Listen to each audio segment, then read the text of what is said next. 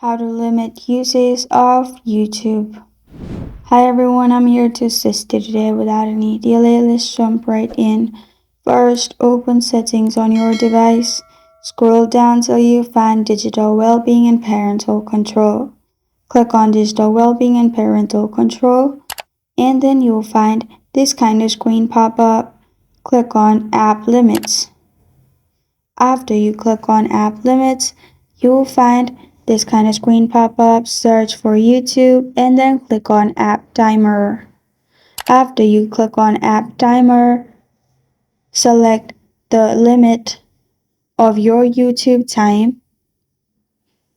After you've done that, press on OK and you're good to go. This is how to limit usage of YouTube. Thank you for joining me today. If this video helps you out, please leave a like and subscribe for more. Got a question or want to suggest a topic, comment below. Thank you for watching.